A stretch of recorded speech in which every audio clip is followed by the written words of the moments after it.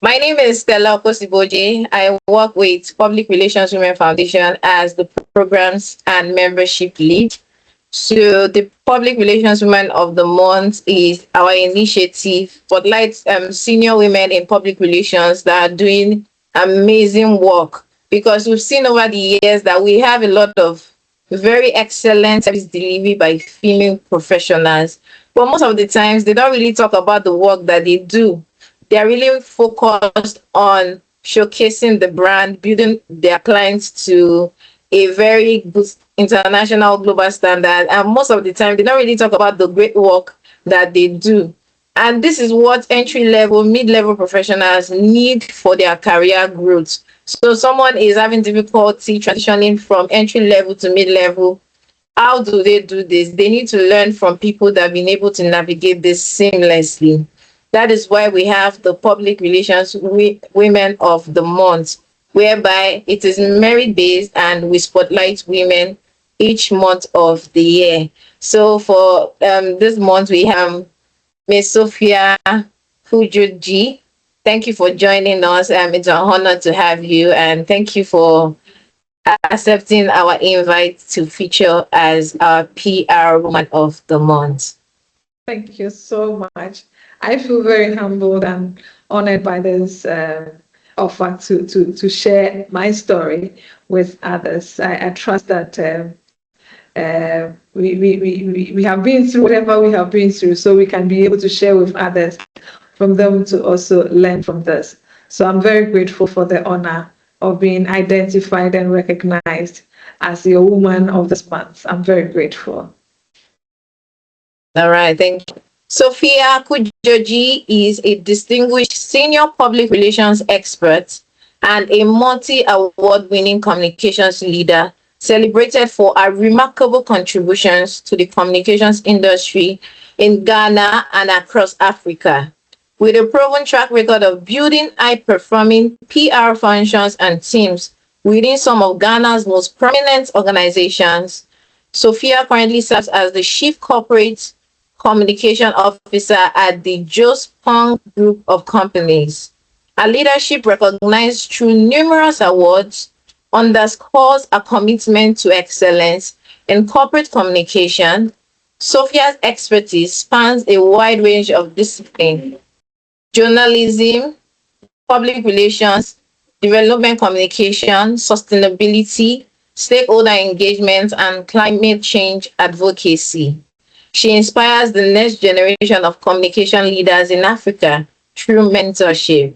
Her academic pursuits include an MPhil in strategic public relations management, a master's degree in development communication, an MBA in leadership and sustainability, a postgraduate diploma in marketing, a bachelor's degree in sociology and psychology, and a diploma in journalism. That was a really great profile, and I love the part where you talk about mentorship.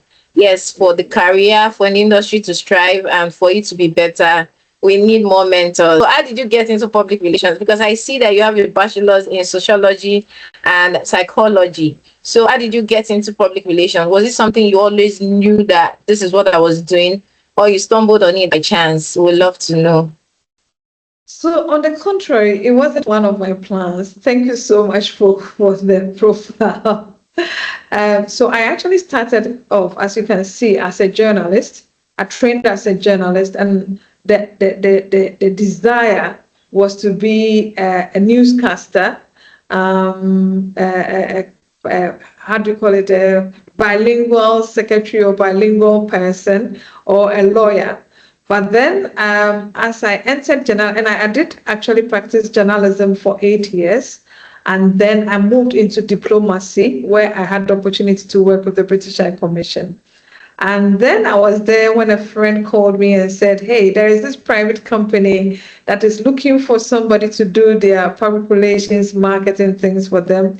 And Sophia, your attitude and your demeanor, your passion is, I'm sure, is something that will help them a lot. So I think you should go and speak to them. So I went for the interview and I got the job.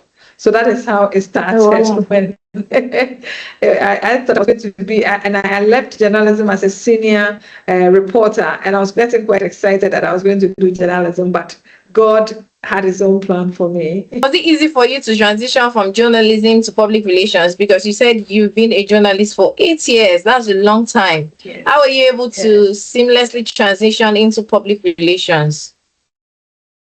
I think it's the easiest thing one can do. So what it is that when in every organization, whatever space in which you go to, one, you should be humble enough to learn. Two, you should have the passion to want to do what you want to do. So I actually transitioned from journalism into a press and public affairs person at the British High Commission. So I found myself it's more of application of what you were doing in journalism. So you're doing press releases, you're engaging the media and all that. And because I already had that background, it was easy to engage with my own. And then when you are able to do stories, there are people you can easily share with. There were others, as in internally communicating with the people, giving strategic direction in terms of who they should engage and who they should not engage. And the communication or journalism had actually formed like a foundation that you're building on. So in journalism, you meet a lot of people. You might get stories from them, but you don't engage so much.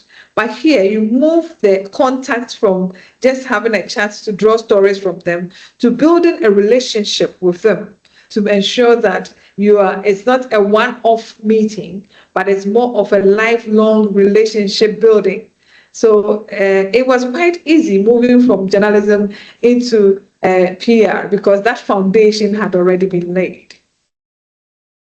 All right, thank you for sharing. We also want to know some of the campaigns or campaigns that has been close to your heart that you've delivered over the course of your career.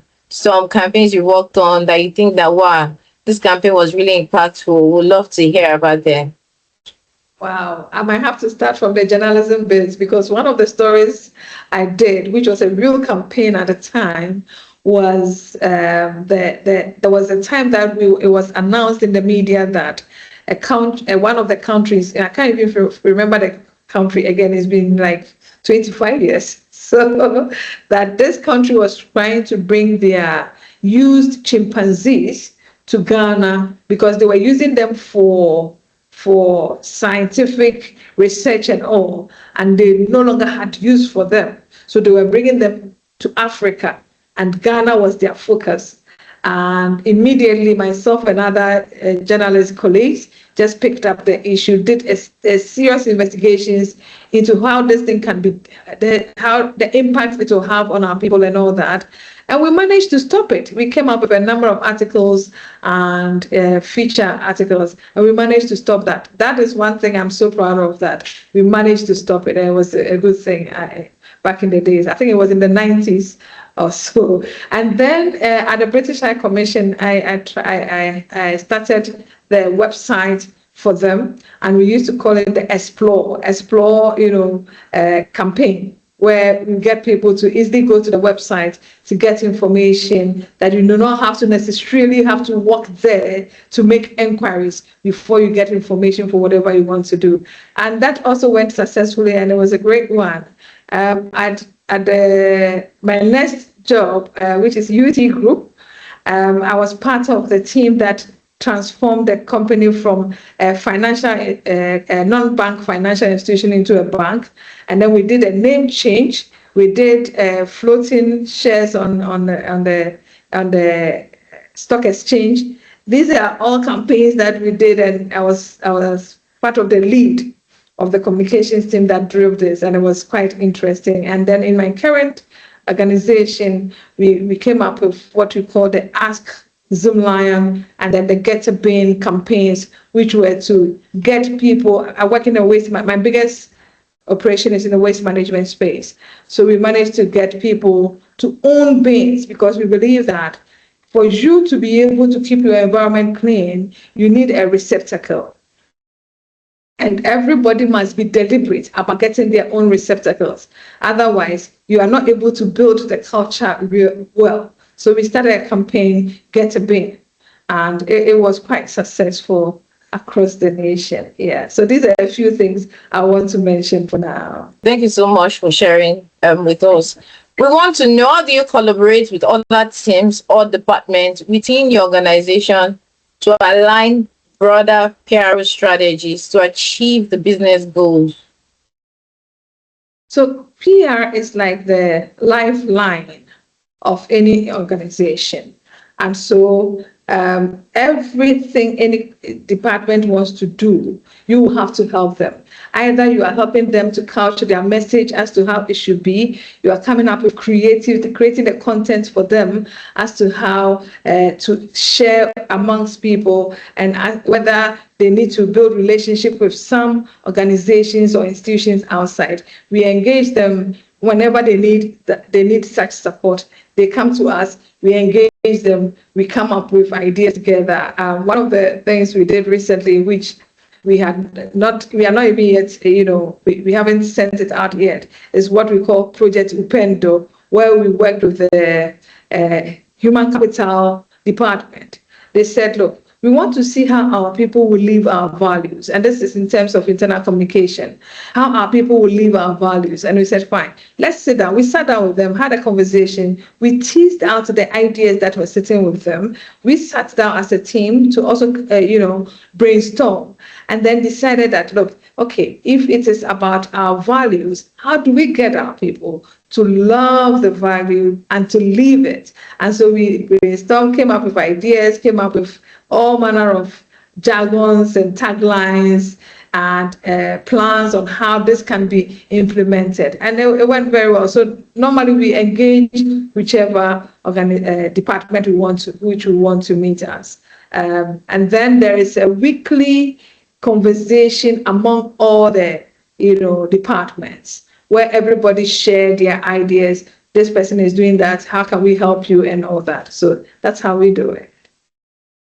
The part that you talk about, everybody shares their idea. I think it's part of humans. When they know that their contribution matters, they want to be part of the process of growth, and they want to contribute actively for the organization to be better. I think that is really great, that everyone gets to contribute and they know they are part of the success of the organization. Exactly. Yes. Exactly. It helps you to get their buy-in, and then they know that when anything comes up, it's like, oh, I remember I spoke about this, and they feel very valued.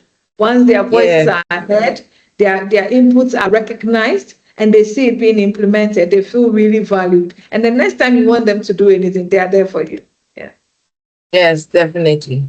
We want to know, over the course of your career, would you say that as a woman you face certain challenges? If yes, we would love to know, what are some of the challenges you faced as a woman in PR, a woman in leadership? As for challenges, whether you're a woman or you're a man, you face some. So challenges are there. I remember starting up as a journalist, and when I worked in a very male-dominated space, so whenever we're going out, they virtually forget you are a woman. And so then you find them making comments like, oh, look, guys, we are all getting down here. We travel long distance and we don't want to get home late. So that we're all getting down here and wearing at the same time. And then we go. And I'm like, guys, I don't weary like you do. I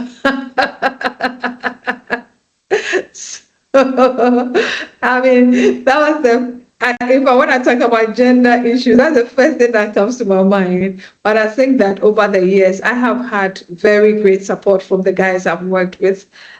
Starting as a young journalist, among guys, they were very helpful. They will push you. Also, we think you have a strong voice, you go and do this. They actually pushed me into what I am doing. I'm being tough, being confident, and all that, because they gave me all the backing. And as I work along my journey, I mean, like I said, challenges come, and it's not because you're a woman.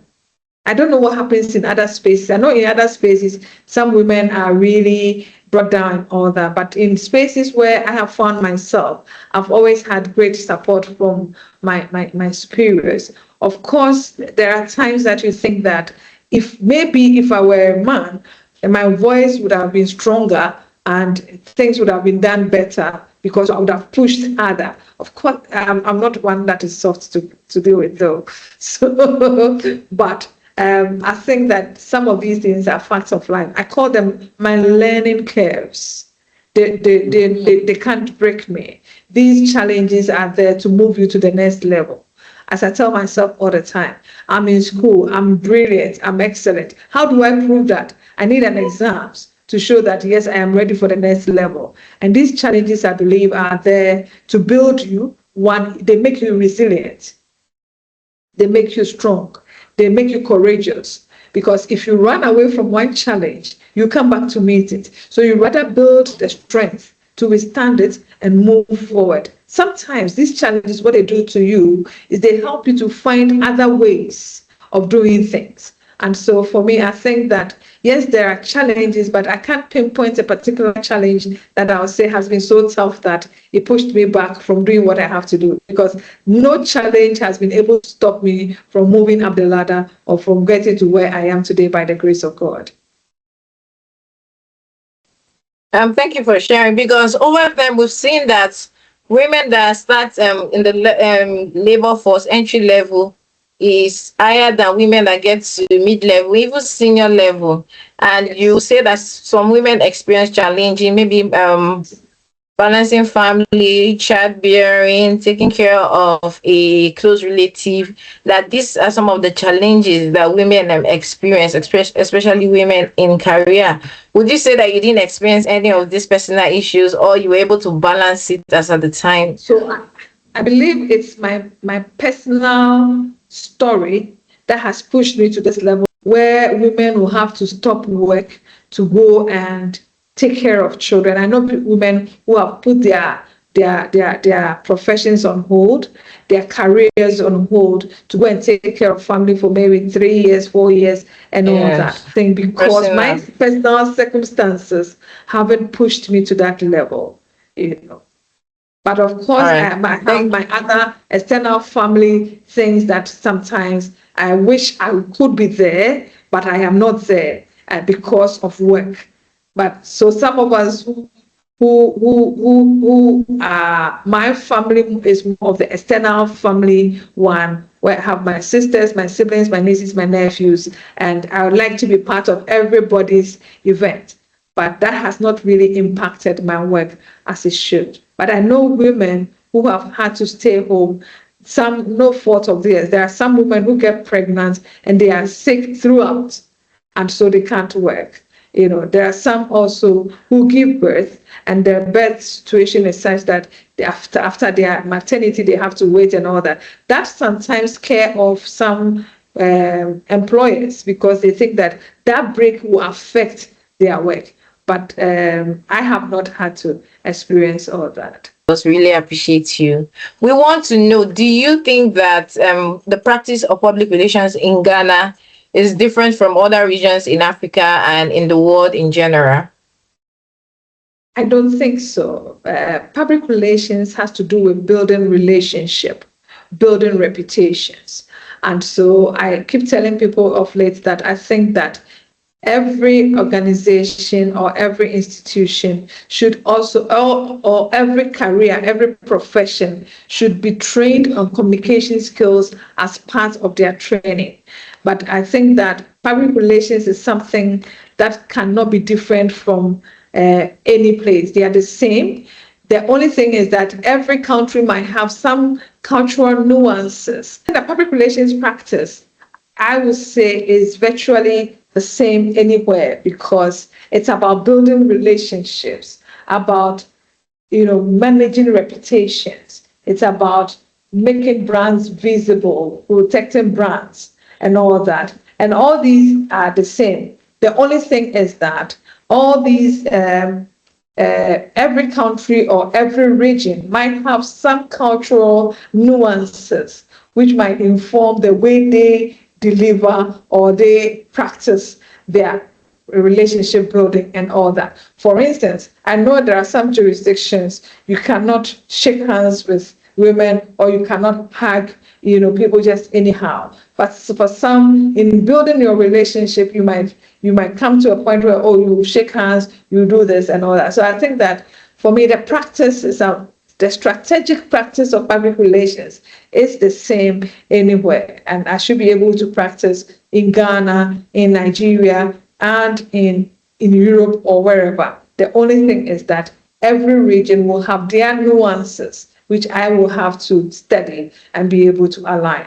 But basically, it's the same thing. It's the same strategic, giving strategic advice, the same thing about relationship building, the same thing about reputation building and management, and the same thing about internal communication and others. Yes, please. Different cultural nuances, because especially in Africa, that we have about 54 countries, whereby we have diverse culture, diverse way of thinking or doing things. So yes, the standard practice of public relations around the world might be the same, but the messaging must be peculiar to that region, their Exactly. culture. And also we need to know that religion is also a big factor for It is. Africans. It is. So It is. yes, I completely agree. Thank you so much. So we want to know, public relation is very dynamic. Things are always changing. How do you stay updated with latest trends and changes in public relations that you can implement in your work to give results so that the process is not monotonous? Thank you so much. You realize that if you read my profile, I'm almost always going to school. I've become like a professional student. We have Yes. professional footballers, we have professional students. That's how I keep myself abreast of time. I am almost always on LinkedIn to see what new things are happening where I am on. So I believe in, as a person, in climbing up the ladder of leadership. I've realized that it is important to be part of professional bodies. So I'm a member of the Institute of Public Relations Ghana. I'm a member of the African Public Relations Association. I'm a member of the International Public Relations Association. All these, and then I'm a member of the World Communications Forum. And all these people, because this is a professional practice, there's always new things coming up and they are sharing it. And once you are part of these bodies, you get to know what new things are happening.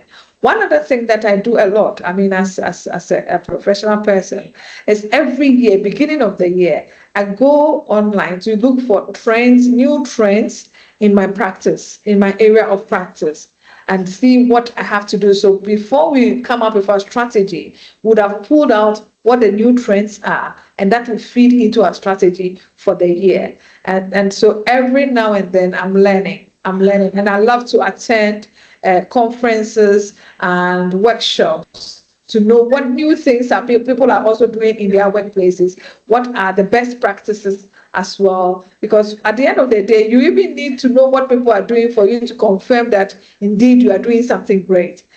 But I think hearing people's stories, that you know where your shortfalls are and where you are doing great. So I think that all these help me to keep abreast with latest trends in public relations practice and where to go next. Yes, please. All right, I love the part where you say you're a student, you're just going to school. But what about Yeah, people that do not like to study or to go to school? they are not ready. Do you They are not think ready to learn. so they're so not ready to learn? so what it is that it's not just about school. Like I said, I like going on LinkedIn a lot. LinkedIn provides a lot of information, a lot of ideas that people are sharing. And I look at it and I want to read anything I see on communication PR on LinkedIn. I'll either read everything. If I'm not able to read it, I share it with my team members. I share it on my personal platform so I can remember to read it. That one, you don't have to be in class to receive a certificate for it. You can, others are sharing their stories, and it's from all over the world. So if you miss that opportunity, you are not helping yourself. One other thing I say is that in today's digital world, the best you can do for yourself is to make yourself digital literate, because people pick their YouTube and social media platforms. Some will use it to push their businesses. Aside using it to push your business, how can you take advantage of that to learn what new things are happening in the world? AI abounds. How are you taking advantage of AI? Is it just in creating things for yourself, or you can use that platform to also learn new things that are happening? And some of these things, there are free courses online. There's the Coursera's and the Udemy's, and people can easily go on some of these platforms and learn new things without being in the classroom. Some of us professional students, because we'll be in a classroom, we want the certificate to show for it. I tell myself that there are two papers in the world, the certificate and the money. And so for now, let me gather the certificate, and then the money will also come. Yes, yes, the money will definitely come because you're spending money doing the certificate. So definitely the money will come. Yeah, that was really great. So anyone that is watching us, take education very seriously and take courses, go to school. It is important for your growth. Yes, And be why humble it's not. enough. Be humble enough to ask people if you don't know something. That's something I do a lot. Be humble enough to ask. I've been in this profession for the past almost 30 years, but I still ask people, oh, I'm trying to come up with this. What do you think? How do you do it at your end? Then you will be learning. But if you're not humble enough to learn, then you might not be able to get anything. And ask for help when you need it. You don't carry all the solutions in the world. True, true. I completely agree to that. You can't do life alone. So even in your career, you need help. And yes, it is important. But how do you draw the line? Because certain people have had the experience whereby they asked question and they were shut down, and over time they just stopped asking question. You remember I used the word resilience. It's not about what people are doing to you, it's about what you want for yourself. As for people shutting you down, they'll shut you down every day if you give them the opportunity. But the fact that they have shut you down does not mean they have taken your voice. Don't allow anyone, any woman, anybody to take your voice. Yes, they will shut you down on something. Go around, maybe you have to ask yourself, why did they shut me down? Did I have a good point to make? Is my point not relevant enough? Why are they shutting me down? Once you know why they are shutting you down, you go around it. If it's because maybe the way you were saying it, people did not appreciate it. Can I do better? Can I be more assertive? Sometimes there's a word called assertiveness that I think that most people miss out on. Being assertive does not mean that you have to be rude. Assertiveness means, oh, I know what I'm talking about. I am standing up for something, but I also believe you also have something to say. I say my thing boldly, but politely. But there are times that the way you go about asking your question will make people shut you down. Can you, as an individual, sit down and ask yourself, why did they shut me down? In the moment of being shut down, you might be quiet. But after that, you can even go to the same person and ask, why did you shut me down? Don't lose your voice just because you have been shut down. Don't lose your voice. Keep asking, keep pushing, be resilient, be courageous enough to go back and say, why did you shut me down? And then what can you do when you have been told what happened? What can you do to make yourself relevant? As for your voice, don't lose it. Hmm. I would not say it's Rema, like Rema. Do not lose your voice, no matter what. Do not allow anyone to shut you down for you to lose your voice, because our voice is the most powerful thing. Just imagine you are in a space and you didn't speak. Most of the time, you will not be noticed. So, if there's anything I've gotten, do not lose your voice, no matter the situation or whatever anyone has done. Do not lose your voice. Thank you for sharing that. For someone that wants to lead, okay, you add something.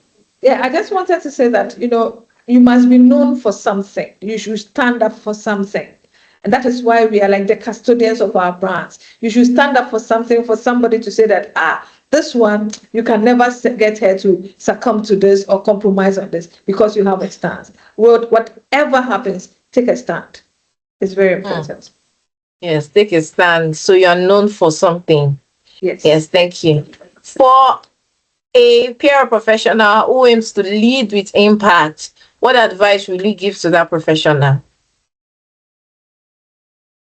First thing, learn how to lead yourself. Be yourself. Love yourself enough to be yourself. Love the company you are standing up for. Be passionate. PR without passion, I don't know what it is.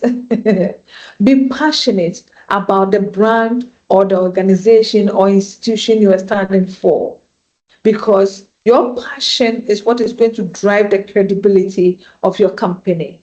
Your passion is what is going to drive you to want to know more about the company, to push it to the next level and make it strong, give it a strong voice. So one, you have to be passionate. You have to be yourself. You have to be passionate. To be humble enough to learn. This journey of life, you are not an island. And you can't carry all the wisdom of the world in your head. Even Solomon still goofed at some point. So you need to ask for help. You need to be humble enough to ask people to assist you in one way or the other. You must be somebody who keeps your focus. Know what you stand for, keep your focus. As for distractions, they are there all the time. But if you know yourself and you know what you stand for and you are passionate enough about what you stand for, you will keep your focus and build yourself to be where you want to be. And there is a factor that whether the world likes it or not, it's there. There is a factor called the grace of God. That grace of God factor, it's not everybody that has it, because I always say that there are some people who are very hardworking, very passionate, very, very confident, and they have everything any man would believe that this person has. What they have, all the educational qualifications, everything to go, all the competencies, and yet they don't get to a particular point. Why? There is such a thing called the grace of God, which is able to lift man from ordinary positions to higher positions, and everybody must add that grace of God bit to their story. All right, thank you, ma. Thank you so much for sharing that. The grace of God is very important. So, our last question for you: how can a mid-level professional transition to a more senior role? What skills do they need to build? You need to build your soft skills, attitude, character. It means everything. You must be somebody who is ready to learn. You have to learn yourself beyond your level. I don't know if you understand that for me. You have to learn beyond your level.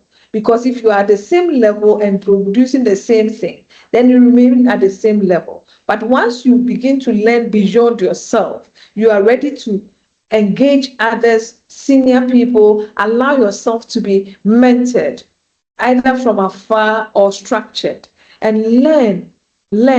If you want to be a leader in a particular area, you have to build yourself in that area. Today, there are specializations even in public relations. There are people who are doing, yes, there's the strategic public relations, yes. There are people who have built themselves strongly in the area of reputation management.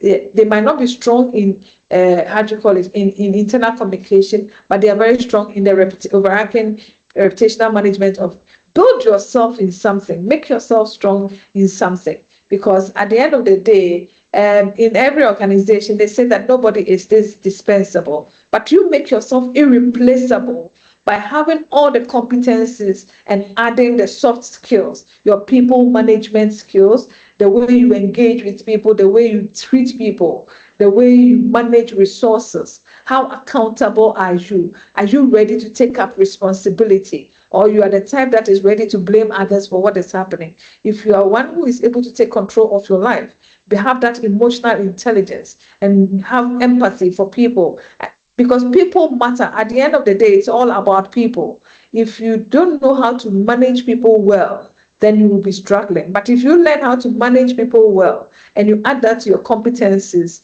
and then your other skills, I believe that it will take you to the higher level. And be strategic in your thinking.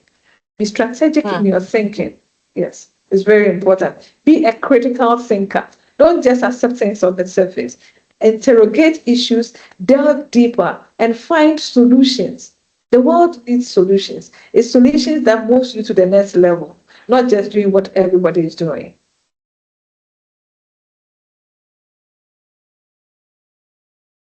All right, thank you, Ma. That's all the questions we have for you. This interview has really been insightful. I've learned a lot myself. Do you have any last words for us? All I would say is that the whole world is all about people. People matter. People matter. So, public relations, any job, anywhere you find yourself, can you be kind to people, give people the benefit of doubt, and give people an experience that they leave your presence and feeling like, when do I see her next? Because you give them such a beautiful experience. The world is big enough. Let's love one another. Let's love our brands. As public relations people, we have to love our brands enough to be able to sell the brand. So it's the world is big enough. Let us all be ready to learn and learn and learn again. And we will move public relations to the level it has to be. Sometimes, because of its intangibility, people often take it for granted. But without public relations, people, curating stories and giving narratives to companies and brands, they wouldn't be where they are. So let's believe in ourselves. Let's do what we have been called to do. Public relations is also a calling, like the calling of a pastor. Thank you so much. Thank you. Thank you very much, Ma. Thank you. Really appreciate you, Ma. Thank you. Thanks so much, Stella, for the opportunity. All right. Go enjoy the rest of your day. Bye. Thank you, my dear. Thank you. You too. Bye.